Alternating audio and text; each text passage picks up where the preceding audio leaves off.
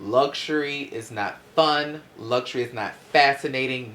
Luxury is not exciting anymore. Amen. That's what it is for me. It's not exciting. I have not been excited about a shoe in forever. I have not been excited about a bag.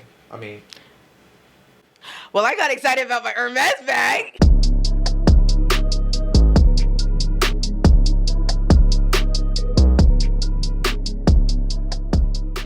Hey, all stars, what's up? Welcome back to the channel and to the podcast. It is the podcast. We're here. We're here. We are finally here. This is a long time in the making. It is. It is. So should I give you the honor so you can tell them the name of our podcast? So it's called The Fashionable Truth. Yes. And this is... Wait. I thought it was The Stylish Truth. You know we're going to have a time on this one. We're going to have a time. I'm like, are we changing names already? We are changing names. We're not changing. It's The Stylish Truth. There you go. The Stylish Truth. You're the one who came up with the name too. But welcome to episode 1. Episode 1. Of The Stylish Truth. Absolutely. Yes. Like Breon said, this has been a long time coming. We are very excited. First of all, shout out to all of you guys for making this suggestion, for leaving comments after comments after comments about how we need to have this podcast. And here we are, recording the first episode, very raw. Absolutely. Extremely raw. Very raw. Thank you and your followers. I've gotten so many DMs and messages from random people that I had no idea. I actually thought that I got hacked. Exactly. He was afraid. He was like DM me. Were like, oh my gosh, and I'm like, who are you? Because I honestly forgot that the video was up. Yeah, because we recorded. While and all of these followers and this that I'm like, I think I've gotten hacked. But I want to say thank you guys. You guguys have been so warm, so sweet. I love the comments. So I have to say, give them what they want. Yes, the All Stars. I am, when I say that I'm blessed, I really feel it because I feel like I legit have the best audience on social media. They are nice, they are sweet, they are knowledgeable. So in my opinion, this is a community of people who really love fashion, right? Absolutely. You know, and they're well versed, they're well educated, they know what they like.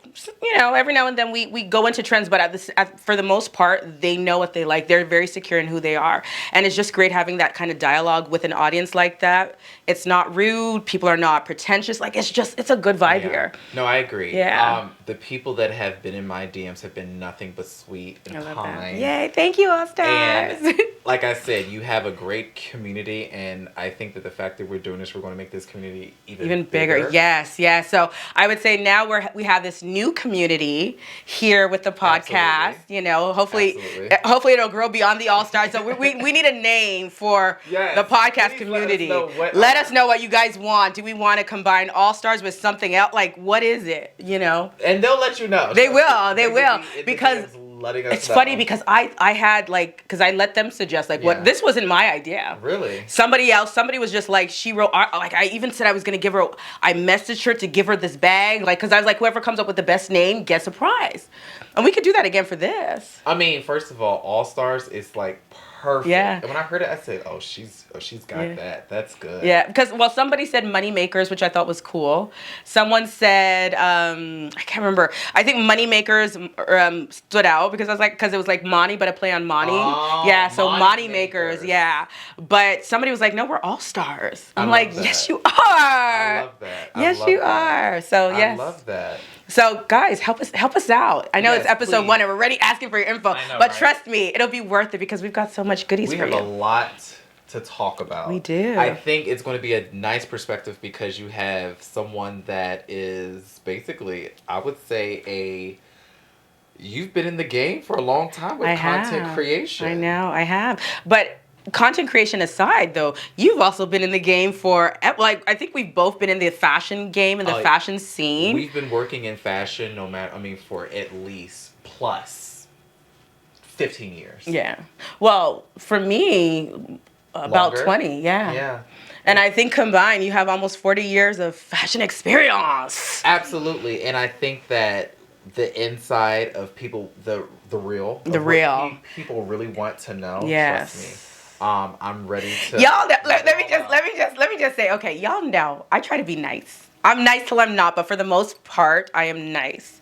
Brianna, on the other hand. I try my best to be nice, but the thing is, I keep it real, and I'm not going to lie to you. Exactly. I will let you know straight up. I'm going to give it to you straight with no chaser. Yes. And I'm a very honest person. Yes. So if you want the truth, I got it.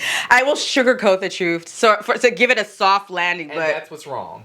And that's what's wrong with America. Everybody wants to sugarcoat the truth instead of just being upfront and honest. I love it. I feel like you should face because we've got multiple cameras. Face your camera and say that again. That's the truth. Everybody wants to sugarcoat everything. That's what's wrong with America.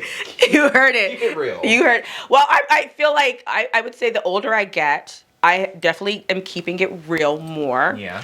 I am sharing the conversations that I would only leave for like us in private and like my other fashion friends. I'm now sharing that on Instagram and on other social media platforms. So I would say that I'm definitely beginning to let me correct that. I found a way to deliver the information in a nice, nasty way. Yes. So my thing is I don't necessarily want to step on anyone's toes, but I will give you the truth so you can think about it. Yeah. You can think about it. I'm with it. It's left to you.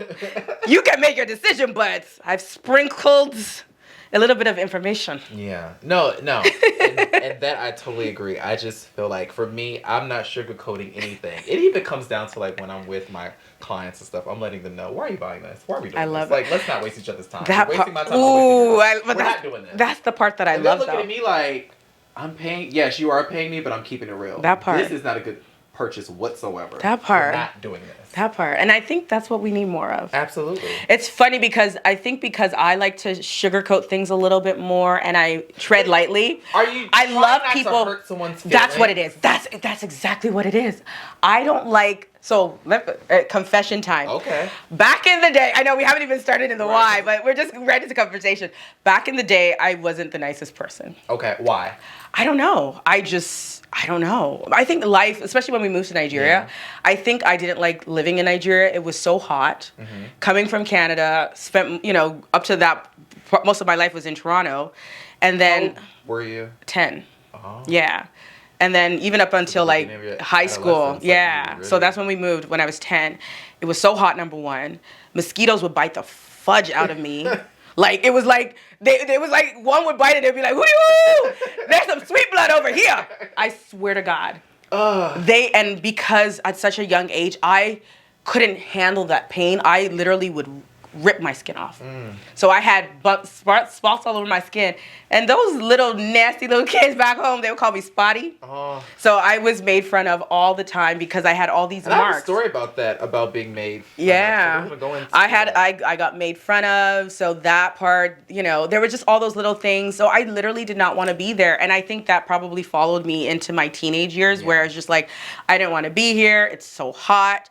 And Nigerians, I think our reputation precedes us. We can be very mean. That's why I'm always just like, yo, guys, like, I choose to be nice. Like, my nature is not nice. I actually wouldn't even say Nigerians are mean. I would say they're aggressive. It comes off as mean. Yes. I deal with them all the time. Exactly. They got the money. Oh, honey. One thing about us, hey, we love to spend money and we love luxury. Money, but they are aggressive. Yeah, we are. Talk to you in an aggressive way, and you're like, who the fuck you talking to? Yeah, exactly. Right? Exactly. You want to be like, even me as a Nigerian, be like, who the fuck you talking to? Yourself, and then you realize that they're actually not. They're just aggressive. Like they're not nasty. Yes, they're not mean. They're just aggressive. So I just have to reel it back in and know it's coming from a they mean well. Yes. They're just straight. They're very straight. Yes, they do. And that's what my mom would always say. I remember. So there's two stories that were just like, mommy. One, me and Bo, this was like our 10th honeymoon. Okay. So we went back to Barbados. That's where we went for our first honeymoon. Went back there, and I was wearing this very low plunged, neckline, beautiful orange dress, and with that beautiful sun-kissed tan, it was fabulous. Like the dress and I've got good cleavage. Maybe not today, but I got good cleavage. So, my mother messages me like, I'm thinking something's wrong. She's like, what's what is that? What do you think your husband will say? You go, oh, your chest is out. Like, it's like, hey, mommy. I said, the husband is the one who took the picture. I said, he took the picture, mama. But, that's my mom. Even, I hope no one takes this the wrong way, but you have to understand a Nigerian mom at her age, very different. Totally different mindset, upbringing, all the things. They believe in being very honest and very aggressive. So this was actually my wedding. I think it was the day before my wedding. So I was at my sister's house, my big sister's house. Her daughter's a lot older. I think she was just about to graduate high school at the time. Now she's in her 30s, so you can see how long that is. She's mid-30s. Yeah. Anyway, so I'm there, my sisters, my girlfriends, and we're all of us, tight and right, pretty slim. Everybody's chilling. We're talking. My mother enters the room, and she goes to my niece. She's like, Natalie, look at all your aunties. See all your aunties. Why are you so fat? I said, Mommy. I said, Jesus. All of us were like, Mommy. And this is not just with my Nigerian sisters and friends, but non-Nigerians. All the things. I'm like, Mommy. I said, Jesus. But she's like, Shafekin Purani, which means, you want me to lie? Actually, yes. Right? In this situation, yes. But that is very much a Nigerian mom who's coming from a place of love, who doesn't know how to filter. They don't have a filter at all. They don't have filters, but we love them because I always say, I look at myself. They're the ones whose kids become doctors, lawyers. Exactly. Well, that's the thing. All their kids do very, very well. That's the thing. Well, me and my sister, we were just having this conversation. I was like, it works. Yes. I'm like, look at us. We are respectful. We're successful. We have great work ethic. And honestly, that wouldn't come if she wasn't the way she was. Yes, there are things in the upbringing that I'm like, I will not do that with my kids, like call them fat or whatever, or call them out. I don't do that with them. It's also a very different generation. I feel like we were tough enough to handle it. Even my niece's age. Social media because the world is calling exactly. them fat. So now you call them fat. The world calls them fat. At school they get called fat. It's a bit much. Exactly. Back then, it wasn't that much. Exactly. And there was no social media. There was none of that at the time. So very different story. Anywho, I don't know how we got there. Always. I know. Okay. We promise we will have topics. We will stay on track, but this is the first episode, so we also feel like it's very important that you guys get to know us. Absolutely. Yes. So I actually have to piggyback off of the bullying thing. Yeah. So this is actually how I truly got into fashion and started dressing and paying attention to my clothes. Mm-hmm. So growing up, I've always had a stutter. Mm-hmm. And it was a thing that at a young, from 5, 6, it was really bad. Mm. So my family would every now and then say a little something and pick on me. So I became super self-conscious about it. So you get to school. Middle school, high school, those kids are so evil. I mean, so evil. Mm-hmm. They would literally just talk about me, say things, this, that, and the third. So I remember one day, we had this thing where, I'm going to give away my age, but back in the day, they didn't really have the proper classes or tools for children with speech impediments. They didn't have those things. So they would basically put those kids in special needs classes. So fun fact, in school, I was in special needs classes. Really? Not the entire day. Yeah. But there was a point in time throughout my day for maybe an hour or two, I was in the special needs classes. And the craziest thing, I'm literally sitting in class with people that were truly on the spectrum of autistic and with just other type of things, and I'm sitting there okay, yeah, I talk with a stutter, but that's about it. Yeah, that's it, exactly. I don't think I should be here. And yeah, it was just the craziest thing, but the kids would see that and tease me and this, that, and the third. So in my mind, I thought, okay, how can we somehow combat that where they're not talking about me, they're not making me feel this, they're not making me feel that. So I basically just started paying attention to my wardrobe. I was big on when my mother would buy me stuff, make sure I have this. I want this. I want this. I want that. And it became a problem.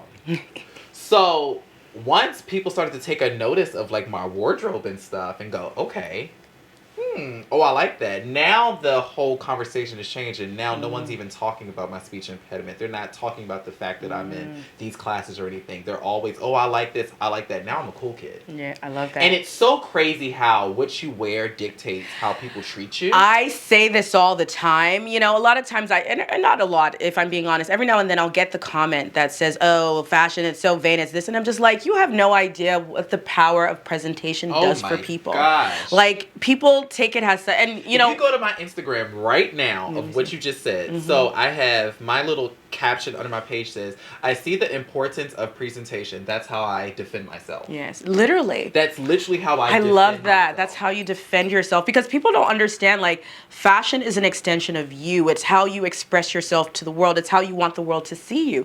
And literally, it does defend you. Absolutely. You know, and I mean, it was my saving grace in high school, and it became like who I am. Yeah. Where, I mean, the kids literally, I changed the narrative of how people treated me, how they looked at me, to something totally different.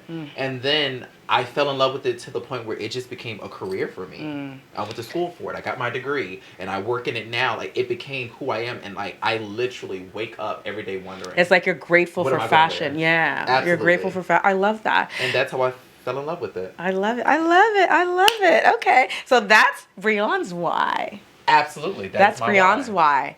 My why is a little different. I would say a little bit of picking on before we moved. We didn't necessarily have a lot of money, so I would wear a lot of, like, you know, and I remember getting picked on. And you know how they say, oh, snitches get stitches? I snitched on everybody who made fun of me. I was like, I don't care if you're making fun of me, I'm gonna stitch on you. And they all were apologized. So, you know, that whole notion of, oh, if somebody does something, you can't call them out. I called everybody out. Absolutely. But that wasn't necessarily the one element. I think for me, it was more so watching my mom make clothes for my sister and I. Right? So I would watch her. And I was just like, oh, that's so cool. Because at first I started with art. So I used to do all the sketches and the drawing, and I would do everyone's homework. Okay. They would trade, like, I'll give you this if you do my art homework. And I was like, sure, because it just all came natural to me. So when we moved to Nigeria, that's when my mom really had a lot more extra time. And she would sew for my sister and I. She bought all these patterns before we moved, you know, and she would use the patterns. And I would watch her. So I would just start making my own patterns. You know, I would start making my own sketches, and I would start making my own clothes. And, you know, the fashion in the 90s was very like Aaliyah, crop top, exactly. Yeah. Crop tops, low rise, see-through, basically a lot of the stuff we see now. So I remember, this is probably the one thing that I made that stuck with me the most, because it was completely sheer. I don't even know where I got the fabric from. I probably stole it from my mom. The fabric, now when I think about it, it looked like, you know, those sheer curtain fabric, that kind of fabric. I wouldn't even call it a jacquard, but it kind of had elements of raised fabric. Yeah. But I remember it just being very sheer.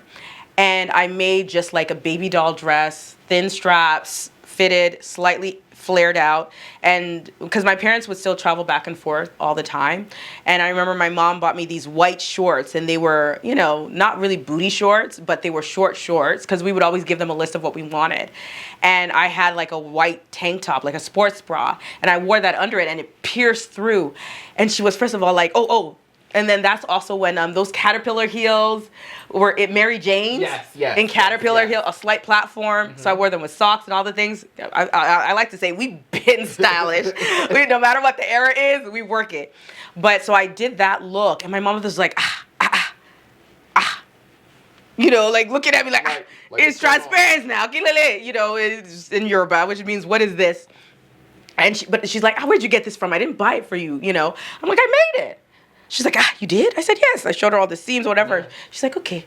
She said, but because I was going out with friends, she's like, don't walk around anywhere. Just make sure you enter the car and get it, you know, like it gave me strip. But the fact that I made it made her so proud of me. And she honestly thought that you bought it, so that means she had skill. Yeah. Oh, I got skills. Yeah. I remind me, I have to show you, I got the sample of my, I do have product coming. I'll show it to you. I'll show it to you after, because this is about this. This is about the stylish truth. But yes, I was so excited when I picked it up. But yeah, she was just so proud. And the same thing with hair, me doing hair. The first time I did it, she's like, who gave you money? I said, I did it myself. She didn't believe me. Yeah. We had to go to the hair salon. They said they didn't do it.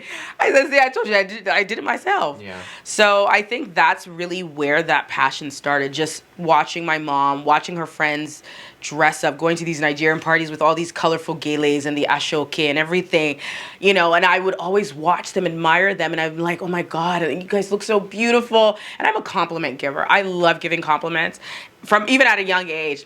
And I remember my mom's best friend at the time turning around telling me that, yes, we work hard for our money. So when you grow up, you work hard, you buy whatever you want. I said, oh, I took that to heart, honey. Yeah. Right as I start making money. Those things will stick with you They sure forever. did. And it's like, okay, Sure if did. I want nice things, I want to look nice. I guess I need to work. Yeah, I need yeah. to clock in. Yeah. And even while I was in university, my first job, very first, before I went to university, like in between high school, university. Because I finished high school in Nigeria, but I went back to Toronto to do, at the time, this is really aging myself, there was grade 13. I was the last year of grade 13. I've never heard of that. There was grade 13, O levels, I think it was called, or whatever, like seriously aging myself.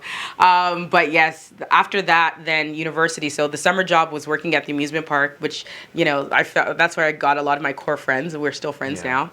And then that first year of university, it was like, okay, I need a job while I'm at school. So I got my job with Danier Leather, hence me being a leather expert.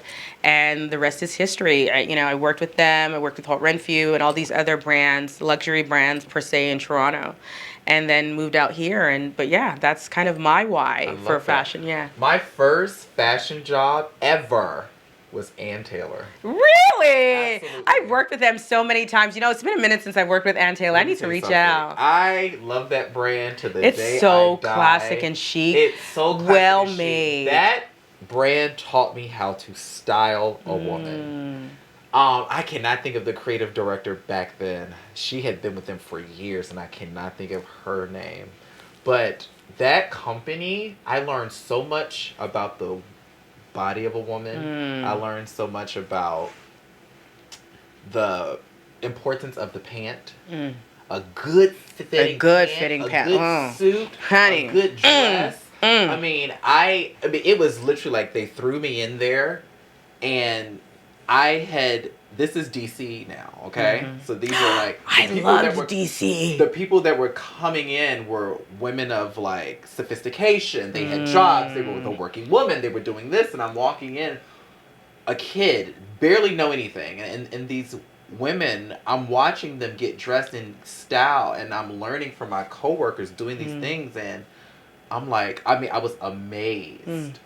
And then it's one thing I'll never forget this to the day I die. I was helping this lady, and we're in the fitting room, and we're trying on stuff, and I'm pulling out looks and this, that, and the third.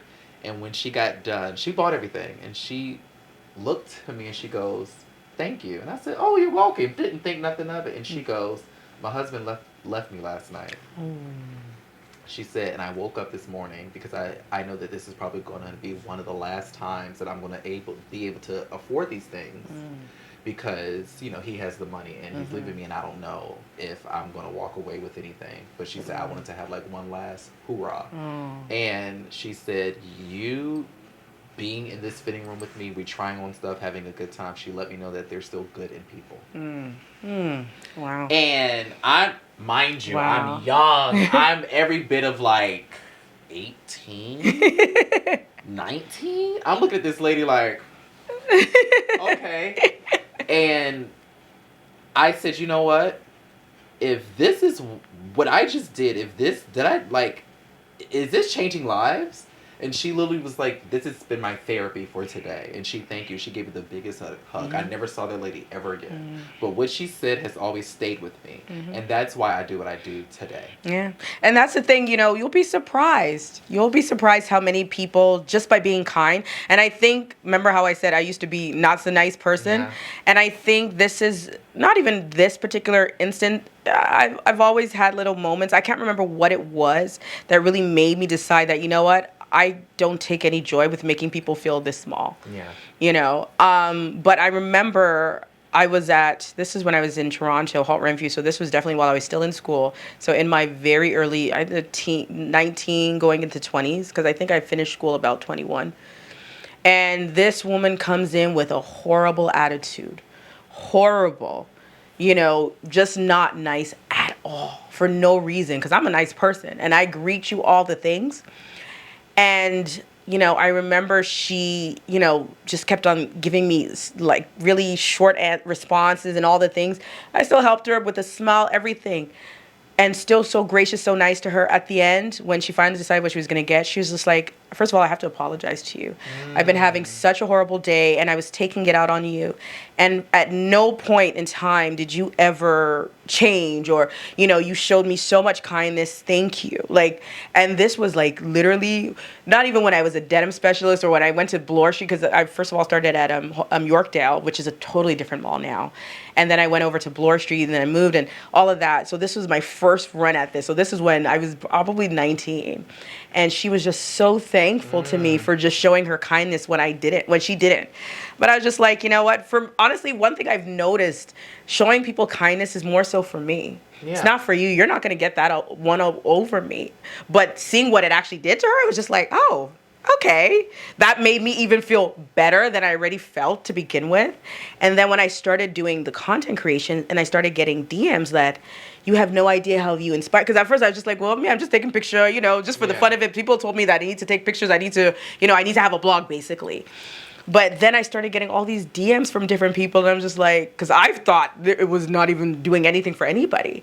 But it was a matter of, you left your job, you stepped out on faith, you're doing what you love, you're inspiring women to dress their best, you're inspiring women to be their best, you're showing that you don't have to show off every part of your body to look sexy, all the little things that now I don't take for granted. But sorry y'all, the battery died and I have no idea what I was saying. Do you remember what I was saying? I do, but I don't. You were talking about kindness and how. Oh yeah, I think yeah. But you were wrapping it up. Anyway. I was wrapping it up. Wrapping it up. Kindness goes a very long way. Yes, especially in this industry where it's a nose up attitude for the most part. And it is a nose up attitude, and I think that even from like, let's say a consumer standpoint, a customer may walk into a luxury store and they're so intimidated. I mean, I've seen it over the years when clients have came in and they walk in with their head down, they're nervous, and they're like, oh, I'm here, and they might know the name of something, or they may not, and they'll describe something. Oh, I'm here, or they'll say, oh, I just want to look at the bags. And then they see the bag that they want, and then they go, can I touch that?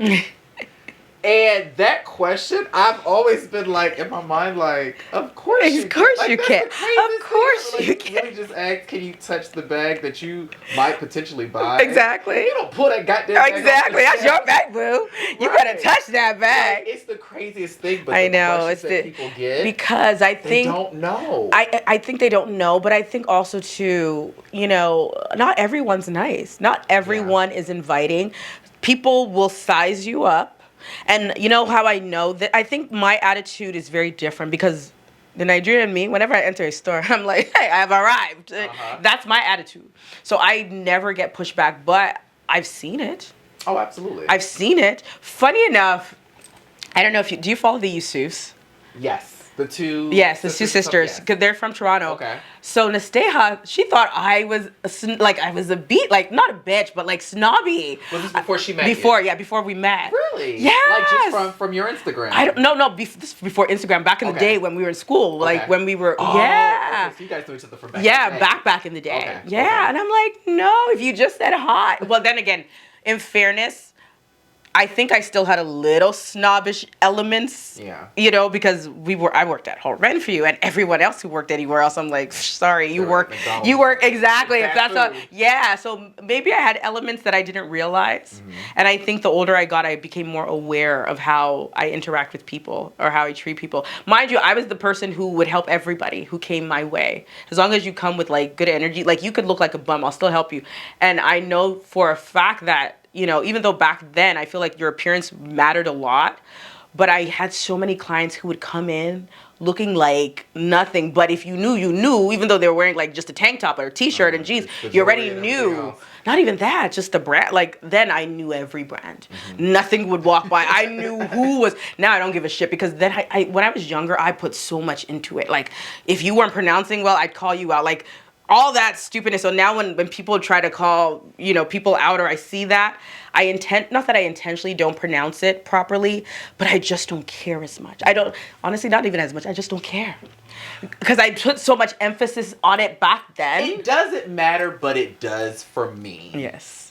Pronunciation of a designer's name or a brand's name is important only when you are spending the money. I feel like I would never spend money on something that I can't pronounce. So this is my thing. This is the way I look at it. I'm like, if you can put that same energy when it comes to pronouncing Nigerian names or African names or any other, that's how I see it. Oh, absolutely. That's how I see it. So I'm like, anyone who comes for me for a French name, usually I know how to pronounce all of them, because, Canada is a French-speaking whatever.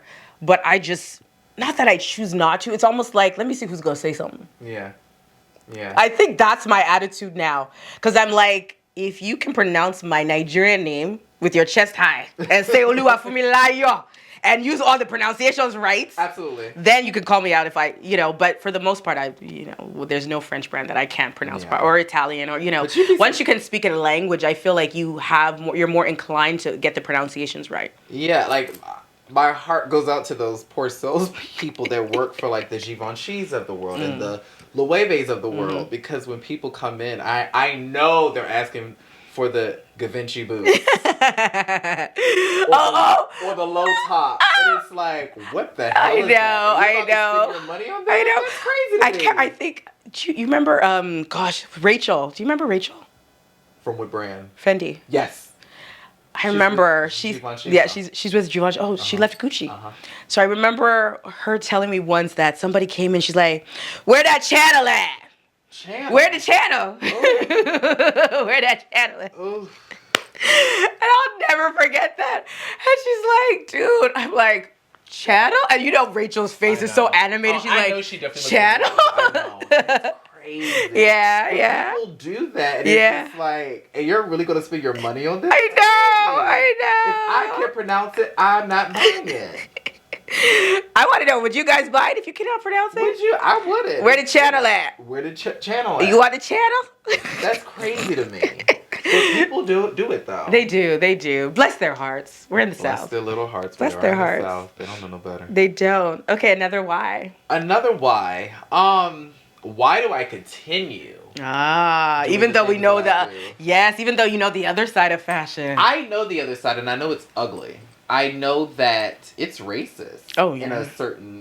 In many yeah. ways. I know that it is very whitewashed. I know that it is very one-sided. I know that even these brands cater to women, but they're designed by men. Oh, honey. Honey, did you see my post today? There's not a lot of women in these top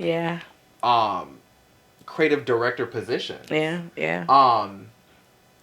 So with all that to say, why do I continue to still purchase, live the way that I do the things that I do? I'm interested in this one too. I'm like, it still fulfills me in a way, because I am a firm believer of quality. Yes. And it's really hard for me to go and buy certain things that I know that the moment I wash it, it's a wrap. The moment after 2-3 wears, it's going to fall apart. So I really try my best to stay away from the fast fashions. Every now and then I'll do a Zara. But you still can get good quality from Zara. No, sorry. Let me correct that. As Kayla Walker would say, Zara. You can still get good quality, but when it comes to like the H&M's and the Forever 21s, that's where I draw the line. I did, every now and then I do find good stuff from H&M, I have to admit. Every now and then, not a lot. But also I think because of the different platforms that I work on and the fact that I have a lot of my audience that they would reach out to there, because there was one point that I was just like, no, I'm focusing on mid-range and luxury. That's it. Yeah. And I started getting DMs like, what about us that we can't afford that? Money, yeah. So I think for my job, it's a necessity to do both, but I'm also really good at picking out what is good from these brands, because I feel like every brand, not all fast fashion, but the bigger brands, because I do like H&M's Conscious collection. I feel like it's actually really well made. I love their collaborations. Remember when H&M collaborated with Roberta Cavalli? Years ago. That was long time ago. My sister still has that dress. The sequins. I still had a few pieces from the Versace collection. These blue pants that were amazing. I had some pieces from, what is that? The Lanvin collection. Oh, I remember that. That was a good one. It was. That was a good one. I mean, I feel when they do those collabs, they really pay attention to the quality. Yes. The price point is a little bit more. Yes. But they pay attention so when you're buying it. So there's this new collection that they just did. It just dropped with, I think it's Roth. R-O-K-H, Roth. I think that's how it's pronounced. Is it just Roth? Yeah. I think that's the name of the brand. I know they did something with Victor and Roth. No. This one just dropped like literally this week. Was it this week? I think it was this week. No, last week. It was last week. I just got the pieces in. The fabric, not bad. I've seen H&M. Mind you, it's been a long time since I bought into. H&M in at least 3 years. Oh no, I still go in every now and then. Just, obviously with the with the content that I create across the board, but I found the quality wasn't bad. Would I have expected better at a $250 price point? Yes. At a $250, $500, exactly. Yeah. For who? H&M. Oh. Yeah, I don't exactly. have that kind of money now for Yeah, H&M. yeah. The bodysuit was $300. It wasn't bad. If I'm being honest, it wasn't bad. It wasn't bad. I saw someone left a comment that it wasn't as good as she expected. I did order a dress, and I would say the fabric and the way the dress came, I did feel a little disappointed. But the bodysuit, it was pretty well made. But still, at that price point, at the $250, $100 for a bodysuit, $250 for a skirt, $490, $469 for a dress, you are expecting a level of quality because it can be done at that price point easily. And you have the BRs of the world, the J. Crews of the world that prove that over and over again. Give you impeccable. Exactly. So why not, I honestly feel like a lot of these brands don't give a shit. They really don't. But they don't. Oh, should we jump right into that? They just because that is a full-on conversation. They don't give in. And I can say that shops a lot and buys, I see it day in and day out of the brands that it is a little bit disappointing, and it does sometimes make me think, why am I doing this? Yeah. Why am I spending my money on this? Why am I even spending thousands of dollars on something for a brand that I know probably the design house is nothing but white people. They don't even give anyone that looks like me. Not to cut you off, but as you're saying that, so we started around, the tail end of 2020, 2021, when things started opening up, Fashion Week opened up again. And a lot of girls that I know started working with this European PR company. It's based in France, and they're the fixers. They basically put you in front of the brands invite you. Because nobody was going anywhere, nobody was coming out. They were getting I didn't sign up for that service just because, not that I couldn't care less, it's just, I think because I've been in fashion for so long and then the pridefulness in me is just like, if you want to invite me, invite me. I don't want to beg you. That's my... Why are we begging? Yeah, and not to say anyone's begging to get in. If somebody wants you there, they will invite you. And that's the thing. So, with anything in life. And that's very true. So basically, a lot of girls were getting great invitations to the shows that we normally don't get invited to unless you are a celebrity, which means you are a musician or you are an actress, as a black person. Now, on the other hand, with the Asian creators and European white creators, they're sitting front row. Beside the celebrities, beside the black celebrities. On a Monday and get an invite to the Chanel show on Wednesday. Yeah, literally. So they were getting that. And then once everything opened up, those invitations did not come. But yet you're still going to Paris, you're going to France, you're paying all this money to get there with no guarantees of an invite.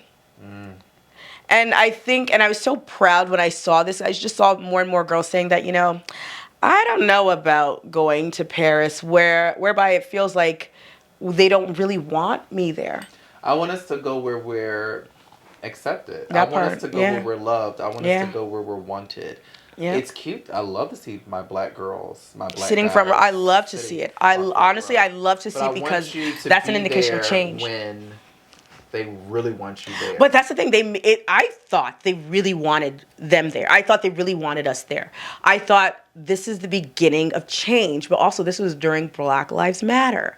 There were social issues happening. Well, remember when all the brands blacked out? Yeah, but not most of these brands are not checking for anybody anymore. Well, yeah, certain brands didn't even black out. Yeah. Hermes. Yeah. Oh. Chanel. I'm not surprised. We love them, but they didn't black out. If I say I'm surprised, then I would be lying. So it is what it is. It is what it. I would, if I say I'm surprised, I would be lying. Yeah, I think I would be lying. From working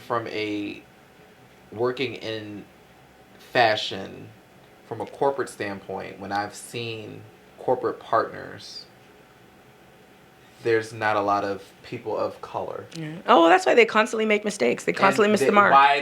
And that's why the mistakes keep coming. Yeah. They keep designing things. They keep doing things. And you know what? This is kind of off field. Just a thought that randomly came from God to me. You know what? Let them have that. They're European brands, they're French brands, whatever, British brands, Italian brands. Let's do our own shit. Like, this is the problem. I think part of the problem is because we've put so much value on these brands without putting value on what we create. If you see, I'm picking Nigeria because I've done a fashion tour in Lagos and I've met with a few designers and I know more designers from Nigeria only because I'm also Nigerian and I've done that. And I know Africa is not just Nigeria. There's so much more talent. If you see some of the pieces these people create, right? They are timeless pieces, the workmanship, and even without this level of skill and all the schooling and all the things that these people do, they will out-design them any day. It's just we're not putting that emphasis. We're not putting that, that level of prestige on that. Now we're seeing a rise in that, but I think we need to start putting that same luxury attachment, that same je ne sais quoi per se, on these black designers. I agree with that. Yeah. It's going to take so much more. It is. The thing is, we are existing in a world that was created generations ago. Yeah. You're right. Oh, you're right. Where these brands have been established for over 100 years, some of that, early 1900s. Yeah. So that's a great point. In our mind, that is luxury. They've been around. Yeah. Somebody starts a fashion line 5 years ago and they're charging $1,000 for a dress. Someone's going to say, well, I mean, who are you? Yeah. When I can go to, I'm just making something up, Louis Vuitton and get this exact same dress for the same price. I can wear a Louis dress, but... And the prestige is already attached to the name. Right. And that's the mindset that we have and why we have to get rid of it. Yes, I agree. It's going to take a lot. Yeah. That is something that's not going to happen overnight. No. I think that to get there, these bigger brands need to start hiring people of color. The people of color, and I don't care, Black, Asian, Indian, I want people of color all around. Amen to that, yeah. Because they sell in all those markets. Get these people in those positions where they build a name. They build a name. Oh, you're right. You're right, because when you think about it, Jean-Paul Gaultier, Kate, all these brands, they're able to build their names because these houses have given them opportunity. That's actually a great point. So give them the jobs for these other brands. Yeah. And then at a certain point, you break away and you do your own thing. And now you Do you think that'll ever happen though? I think Virgil was probably the only one, and he kind of infused some of his Ghanaian heritage in there. I'm not going to say it will never happen because anything can happen. Yeah, I agree. But I will say it's not going to happen tomorrow. No. Or next week. No. Or next year. No. So, darling, I think my kids' generation will see things different. I think the market will be a little different when they're older. I hope so. I know I'm saying this. I think I'm saying it with also a hope. Yeah. I think I'm seeing more, especially now in this day and age of content creation, influencers, I'm seeing a lot more Black creators be like, F this, I want to do my own thing. Right? But I think the thing is, how do we do our own thing in a way where it just didn't just speak to us, right? Because when you think about Parisian designers and Italian brands, they speak to everyone, all over the world. So how do we create brands that speak to everybody? I think that's the question. Well, like I said, if you hire people that look like the regular world, multiple, you have people from each type of culture and each race and this, that, and the third, and you have them in your design houses and in your corporate offices, you can cater to everybody. Successfully. And more money. And it's more money. But like I said, these brands are so stuck, they don't want to give anyone a chance. They want to keep doing what they've always been doing. Yeah. And they keep messing up. People keep feeling left out. Fashion is a entity where people feel like they're left out. It's very kept. Yes, I people agree. Want a piece of it. They want it, but they don't know how to get to it. Even if they have the money, they still feel like they can't be a part of the conversation. They can't be in it. There are so many talented people that work in the stores. There's so many talented people that work in behind the scenes, but we will never know who they are. You're right. There are so many talented people that even work even for these brands, but they have the lower jobs. Yes, I agree. And they usually don't get opportunity. They're never in decision making. Yeah. And that's the issue. That is the issue.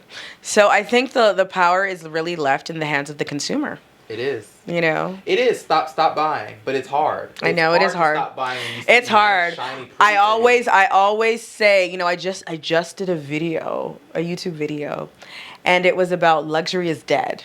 So the reason why I did that was because one of my girlfriends sent me a message. She's like, what is your take on this? Like, I've been seeing all these creators who have always talked about luxury this and luxury that. And now all of a sudden they're like, oh, I'm selling my luxury. I'm selling this. Don't be fooled. Take the veil off your eyes and blah, blah, blah. So she's like, how do you feel about that? And I'm like, I ain't going to sit here and lie to y'all and say, oh, I'm not going to buy luxury too. I'm like, that's bullshit. That's not my reality. But I said why I felt like there is a shift in luxury and why people are beginning to pull back a little bit. They are pulling back. For me, is it dead? No. But luxury is not fun. Luxury is not fascinating. Luxury is not exciting anymore. Amen. That's what it is for me. It's not exciting. I have not been excited about a shoe in forever. I have not been excited about a bag. Well, I got excited about my Hermes bag. Is it there? Can you see it? I have not been excited. Maybe a bag. But I have not been excited about a few things in a very long time. I buy stuff because, like, oh, that's nice. I can wear that to this event, to this whatever. I buy it. But I'm not excited. It comes in. I'm like, oh, okay. I put it on. I hit it. But I have not been, like, excited to the point where I'm sending it to friends. Like, I gotta have this. This is the must. It's been a very long time. It has. I felt like, and correct me if you think I'm wrong, I felt like maybe because we were at home doing nothing, but 2020, 2021, everybody was on their fashion game. Like, the brands were delivering, especially Bottega, because that's when Daniel Lee. And you would think that shit was free. The way I was like, he did that, I want that. I wanted so much, and I've never wanted so much from a collection before. Ever. I don't think I wanted everything he was doing for Bottega. They were working, and it wasn't just him. I mean, everybody was working, right. But they've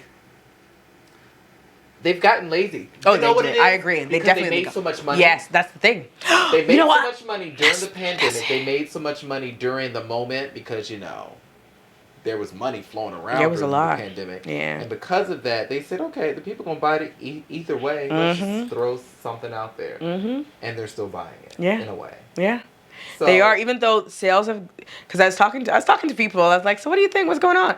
It's dead. It's dead. Everybody's telling me how it's dead and sales are not moving as much. But I'm like, people are still going out and they're buying. They are, just not to the level. Definitely not to the level. For someone that still works in the industry and I'm hands-on with the things, I mean, business for me, it's been good. That's good. I've been doing great. I've been maintaining a six-figure life. I've been bringing home a lot of money.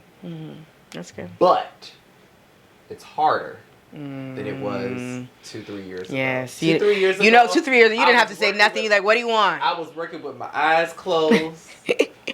I'm bringing home all this money. I'm doing all this now. Money. I got my eyes open. I am plotting. Okay, how are we going to do this? This is what we got to do. I got to make sure that this does this. Okay, got to make sure that this person gets this. I have to be very strategic with my business. So because of that, yes, am I still making the same amount? Yes. Did I see a decrease? Absolutely. I would be a fool to say I didn't. It's been about a 15%, 20% decrease. But I'm still afloat. But it could be better. And I think they've already consumed a lot. There's nothing new out there. That's what it is. These people are throwing out the same thing just in a different color. That's what it is. So it's a lot of it's the same. So people are like, I already have this. Can you give me something new? I already bought that. I need something new. And we're not doing that. So they're not buying. They're really not doing it. And I think that maybe that's what it is. Because I've been trying to figure out, I'm like, yes, I think I'm in this headspace where my focus really has shifted. But I know myself. When I find good shit, like stuff that I'm like, just like that belt bag, I saw it there. And my eye just, because I'm like, I go to the back of the store. Right, yeah, that one. I went, because Chimiko helps me, but Tanya's at Hermes. So I'm like, and Tanya's helping a client, and I'm going over to her, because, I'm the girlies girl shopping. I'm like, ooh, what are you buying? Ooh, that's good. So I'm talking to her client as well, but I'm also catching up with her. But my eye keeps on going to, like, what is this? I'm like, and then I have to ask, I'm like, Tanya, what is in this damn case? So she's like, oh, I'll just tell Chimiko to get it out for you, whatever, have a look. And he brings it out, I'm just like, damn. And then I put it on. I'm like, double damn. Then I realize I can wear this as a crossbody. It's a unique I'm piece. like, triple flipping damn. And I'm like, guys, I only came to drop stuff off to get repaired. I'm not supposed to be buying. I'm supposed to be on a budget. Me and my accountant had a conversation already. Like, you're trying to do product. And I'm funding everything on my own. She's like, you need your extra. But everything in my head was just like, you cannot walk away from this. Like, literally, like. And when you have that feeling, that's when you know that it's Oh, yeah. If you can walk away from it, it's not. I couldn't even walk away from it. But the silly me, you think, okay, you already spent money that you weren't supposed to spend. No, that wasn't enough. I had to get the horse. I had to get the horse charm, too. I had to get the horse charm. But so now I post it on Instagram, DMs. Where did you get that? Where is it? Blah, blah, blah. I can't find it anymore. It's sold out online. Karen messages me. Oh, my God, I love it. Blah, blah, blah. Like, I think I need it, too. But, like, and I'm telling her, girl, you better get it. Like, it's stunning. It's stunning. And then they also told me that there are these two Iranian girls or something that, they were photographed wearing it like during Fashion Week or recently. One sister had it in black. One sister had it in the color I wore. So I thought that was so cool. I added all of that to the video that I did. I did a video highlighting, I'm talking about the death of luxury that I added my little unboxing to that video.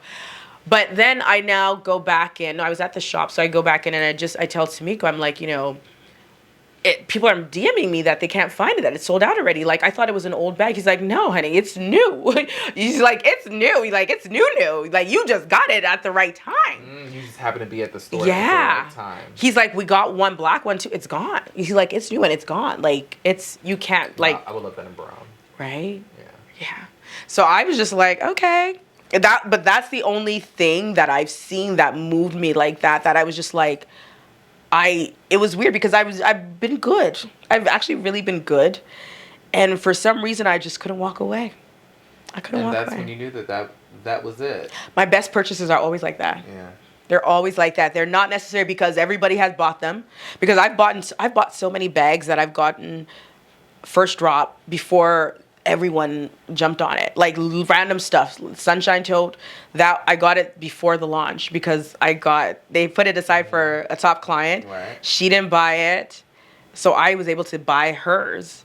And then I think there's another Chanel bag too. Same thing. Like, so now when I remember carrying it the first time, everybody was like, where, how, what is the name? Like I had people ask me what the name is. Like, I don't know. I just saw it and I was like, damn, I gotta have it.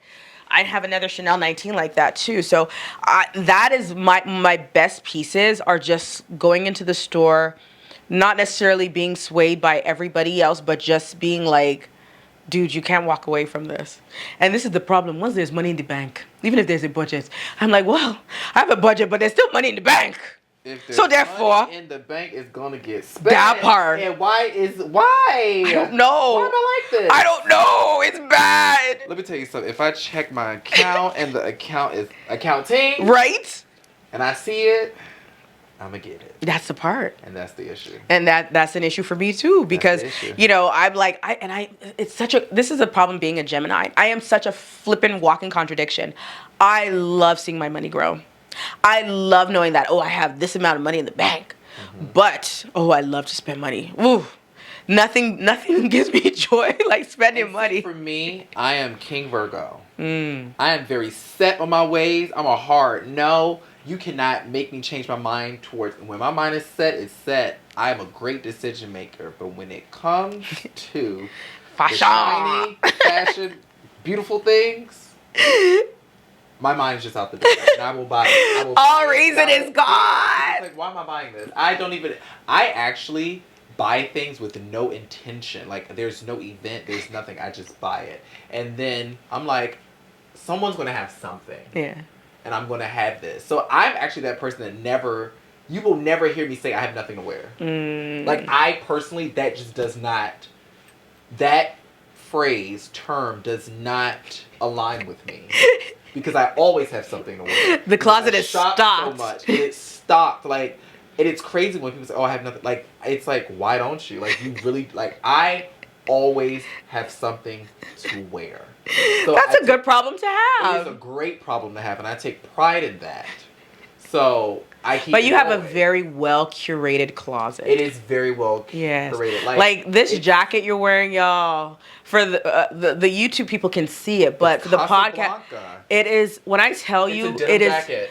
No, the artist in me is like jumping, doing back flips. Like this jacket actually is a set. There's a matching pant, and I have it. Really? But I bought it a couple of years ago, the whole set.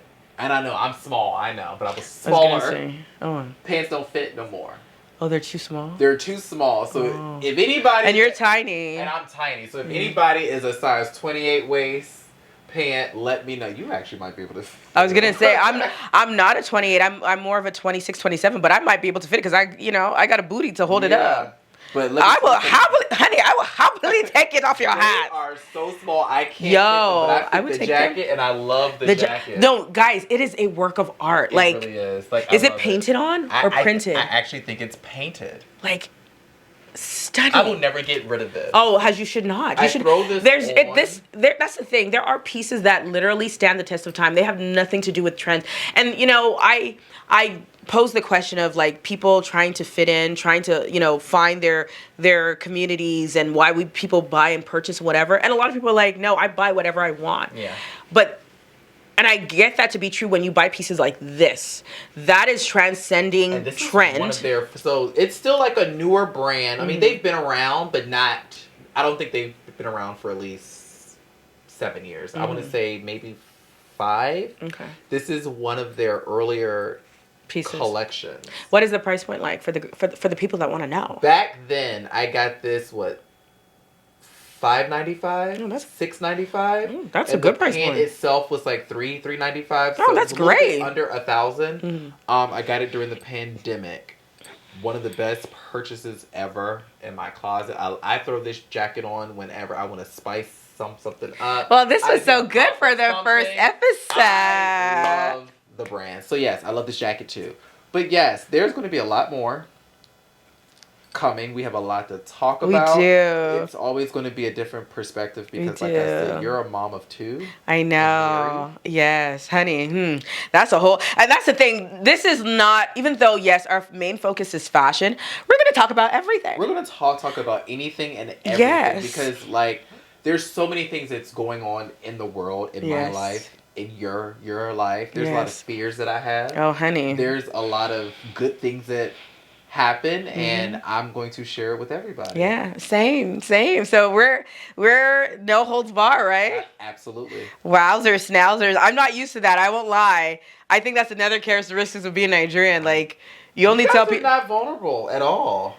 No, because they don't tell people shit. That's why they. Oh, honey, trust me. They keep those things to themselves. That's all because nobody knows. I know that's all it is. So you remember that Risa Tisa? Did you ever listen to that on TikTok? I sure did, and I spent a weekend and a half listening to it, and I enjoyed every bit. I did too. But so the first time I heard about it, it was in a group chat, WhatsApp group.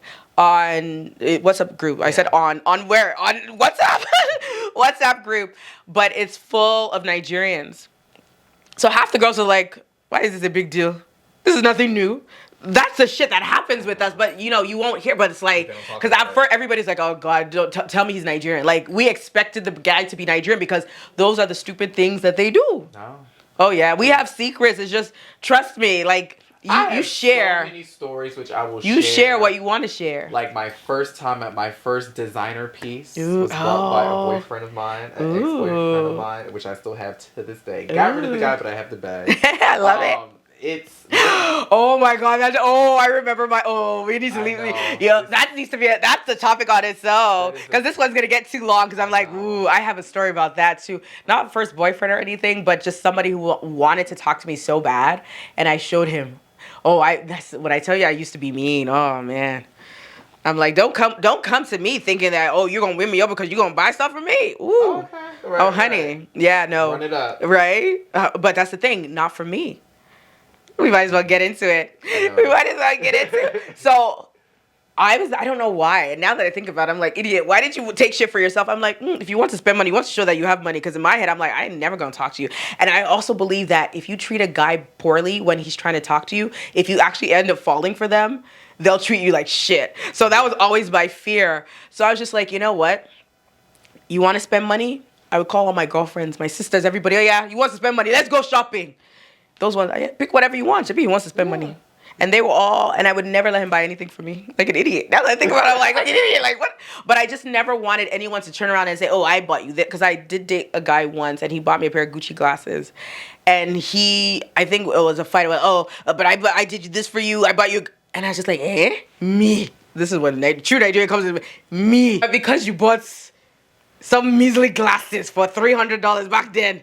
I said, this is typical Nigeria. Is that what your mates are doing? Or your friends are people buying people bags and shit. And so after that, I'm like, I'll never give a guy the opportunity to kind of hang shit over me and be like, I did this for you. I bought that for you. Ooh, it just I don't have pride issues. You can hang whatever you want. If you bought it, you sure did. And thank you. And you can curse me out and say what you want, but I got my bag. Okay, I got the shit. See, you are wiser than me. That's stupid pride. That's stupid pride. Say what you want. We can get into it. You can throw it in my face, and I'm gonna wear it in your face. That part. So that don't bother me at all. So what would your advice be for the girlies, for the guys nowadays? Like, if somebody wants to do that shit, do they take my advice, or they just like, thank you, carry on? I mean, I'm all for the independent woman, independent man, independent this. I'm all for it. But if somebody says they want to do something nice, let them. That part. Let them. That doesn't mean you have to go out with them. You don't have to sleep with them. You don't have to do any of those things. But if they want to buy it, you are not obligated for it. Yeah. That was their business. Exactly. And you let them know if they turn around and try to throw that over you, you let them know that's a you problem. That is a you problem. Sir. Be up front. Exactly. If a man comes and says, I want to do this, okay, just let them know you're doing this, but there's no expectation with it. That part. And I think that's what it is. Let them know up front there's no what the deal is. Like, yes, we're not going into all that. So easy. Yeah, easy. I like that. Okay. Should we do any more whys, or should we wrap it up for this one? I think that's about it because we got a lot more coming out. There's so many topics. other than everything, all the craziness that's just happening in the world and the fashion world and all that stuff, I just feel like there's just so much behind the scenes that when I do little tidbits on Instagram, people are like, oh my God, I didn't know that. Oh my God, I didn't know that. And I'm just like, these are all basic things. Like, I haven't even really got into the nitty gritty. Yeah. I haven't even got deep. I've just like surface stuff that I feel like, relatable to everybody. Yeah. And it won't go over anyone's head. But I'm like, oh, y'all like this. So I'm like, okay. You'd be surprised with people, but I'm telling you, there's so much more to talk about. It's a long time coming. Yes. I literally am super excited for this. And I think we're just going to make magic. Honey, you know it. Absolutely. You know it. Yes. So stay tuned. Stay tuned. See us soon. Yes. We have a lot more coming. Yes. We've got some really good stuff in the plans. That's all I can say. Okay? Yes. And I hope this was kind of like helpful in terms of just getting to know us, like our where we're coming from, where we talk about fashion. So it's not just two friends that are just like, oh my God, this is so gorgeous. I love that. Blah blah blah blah blah blah blah. No, not at all. No, not at all. Like, we're coming with receipts. Right? The truth. Honesty. Vulnerability. Yes. Oh my God! I cry on a dime, like a drop of a dime. Is it drop of a dime? Yeah. I don't want y'all. Better not make me cry. I'm not a crier at all. Oh my God, it's so bad. Like, I can't watch a damn movie. My kids are like, "Mommy, are you crying?" I said, "My friend, leave me alone, George. My eyes. I'm not a crier at all. Yeah, I can't help it. But I can definitely just sit here and trust me, I have all the empathy. All day. You'd be like, bitch, you better stop crying. But I am not crying. My mom feels the same way. I remember during my wedding, walking down the aisle, there were tears of joy, because I made the ceremony very intimate. Right. So as I walked down, I had my bridesmaids, then I had my girlfriends. They lined the aisle, and they all wore white. I had them all wear white. And I had them all give me a calla lily because my bouquet was made of calla lily. So they all handed me a calla lily as I walked down. And when I got to the end of the aisle, my niece, the same niece that my mother was making fun of at the time, we created the bow together. So she had this beautiful lace that I had bought, and we wrapped the bouquet together, and we made the bouquet of flowers together. It was so beautiful. And who doesn't see all that? And it's a beautiful moment. Even Bo, he was a little teary-eyed. My mother looks at me like, stop crying. What are you crying for? I'm like, literally. And I don't know if she thought I was crying because I didn't want to do it. Right. But I'm like, these are tears of joy, rightfully so, right? That's hilarious. So that's my mom. That's my mama. That's my Nigerian mama. Bless her heart. Maybe we'll get her to come on the show one of these days. It'll be hilarious. Anywho, yes, this was fun.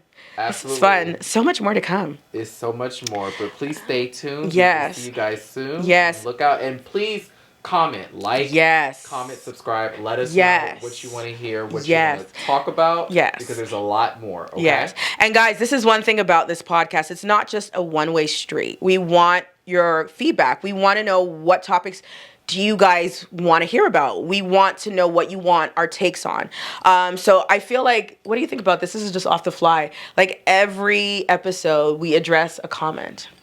Absolutely. Okay. Absolutely. Okay. I'm with that. So please give us something we'll pick. Something juicy, something spicy? It could be anything. Okay. I don't mind. All right. If you don't want to leave it under the comments, you can DM us and let us know. Yes. And we can So that means they have to DM us on Instagram. That's fine. What's your Instagram handle? My Instagram handle is Above and Brian. I love that. Instagram. So cool.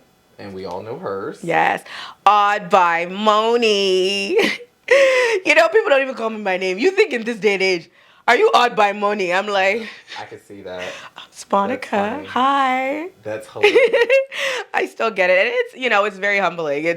For me, it's very, very humbling because I'm like, people still pay attention. It's the same thing with actors. They get stopped and the person will call them what they know them as. Yes. From, a TV show yes. That's not even their name. But exactly. Okay. But it's okay. It's okay. But yes, guys, literally, it could be advice on what to wear. It could be anything, and if we're inundated, we can do more than one. Absolutely. Yeah. So we're going to have fun. This is no rules. This is just good times. It is not serious. We're not stuffy. We're here to have fun. Yes. Talk. Yes. Because we're all family at the end of the day. Yes. Brianna, you don't drink, do you? I don't. I wouldn't know a thing about alcohol. Did you hear me kiss my lips? I'm like, we can have a wine hour. I wouldn't know a thing about alcohol. It's okay. I don't either. I just know that what I like. And if it's sweet, actually, I don't even mind things that are not as sweet anymore. I guess my palate is growing. It's growing. Yeah, I wouldn't know a thing. So, okay, the next one, we'll make you a nice little mocktail, and I'll have a glass of champagne. That's my drink of choice. That's funny. I love a mocktail. Yes. But yes, please, catch us soon. Yes. We will holla back at you soon. Yes. Bye, All Stars. And we don't have a name for Brianna's people yet, but bye, All Stars. Bye, everybody. We'll see you guys on the next episode.